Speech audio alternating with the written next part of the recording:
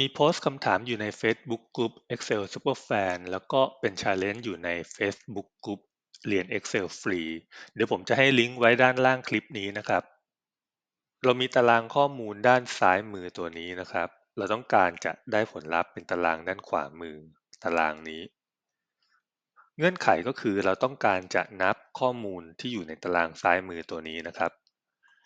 โดยที่ถ้าข้อมูลที่เป็นจ็อบเดียวกันลักษณะนี้นะครับ จะต้องนับแบบ distinct count หมายความว่า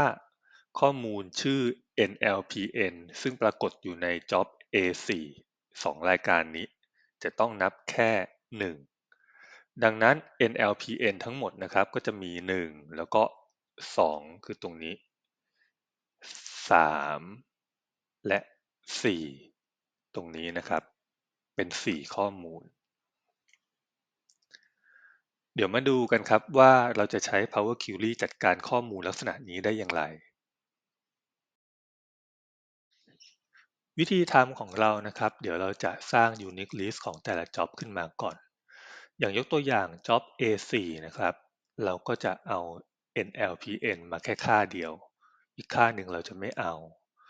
เมื่อเราได้ Unique List ของแต่ละ Job แล้วเราก็จะสามารถ sum นะครับหรือว่า count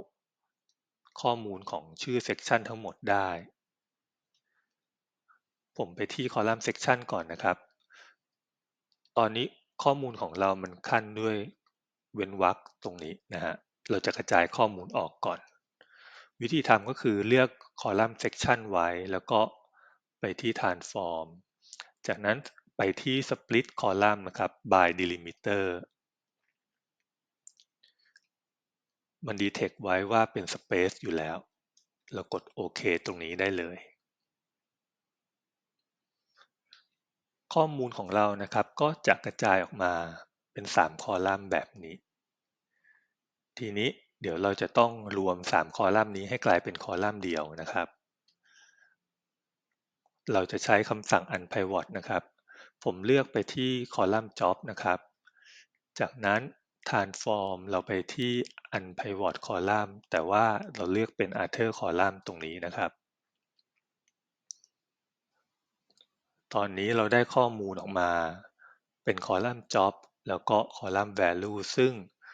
เป็นชื่อของ section ต่างๆรวมกันนะฮะ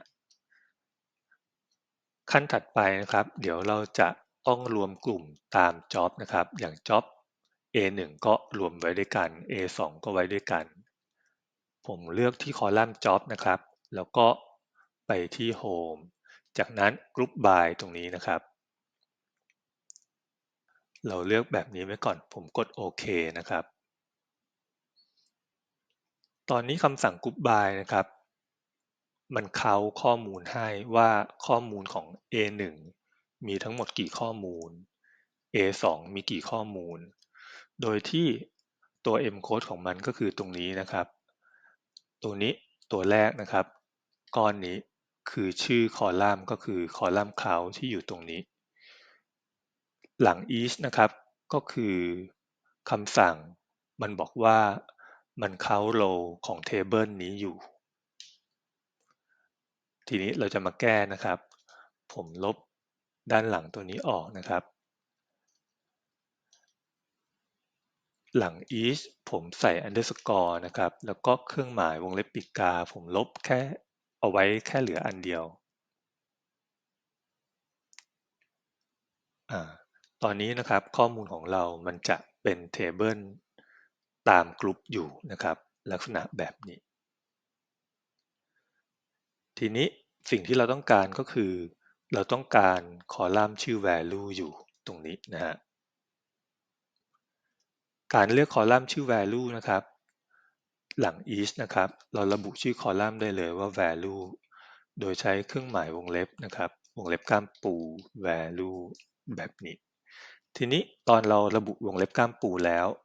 ตัว underscore หน้าวงเล็บเราไม่จำเป็นต้องพิมพ์ไว้นะครับเราละไว้ได้เราลบได้เลยแบบนี้นะครับกด enter ดูนะครับ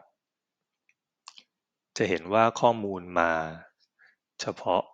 ตัวคอลัมน์ที่ชื่อ value นะครับ แต่ว่าข้อมูลมันยังเป็นข้อมูลที่ซ้ำอยู่นี่แบบนี้นะครับ NLPN ยังมีอยู่2รายการเราต้องการข้อมูลที่มันไม่ซ้ำนะครับคำสั่งก็คือ list.distinct นะครับ list.dist distinct เปิดวงเล็บแล้วก็ปิดวงเล็บท้ายตรงนี้ตอนนี้ข้อมูลของเราได้ข้อมูลที่มันไม่ซ้ำแล้วนะครับจากนั้นเราก็จะกระจายข้อมูลตัวนี้นะฮะก่อนกระจายนะครับชื่อเขาตรงนี้ผมขอเปลี่ยนหน่อยเพราะว่ามันคือ section นะครับผมเปลี่ยนเป็น section ไว้ทีนี้เรามากระจายข้อมูลตัวนี้ตอน expand นะครับเรา expand to new row ตรงนี้ได้เลยข้อมูลของเราก็จะกระจายออกมาลักษณะนี้ A4 นะครับข้อมูลไม่ซ้ำแล้ว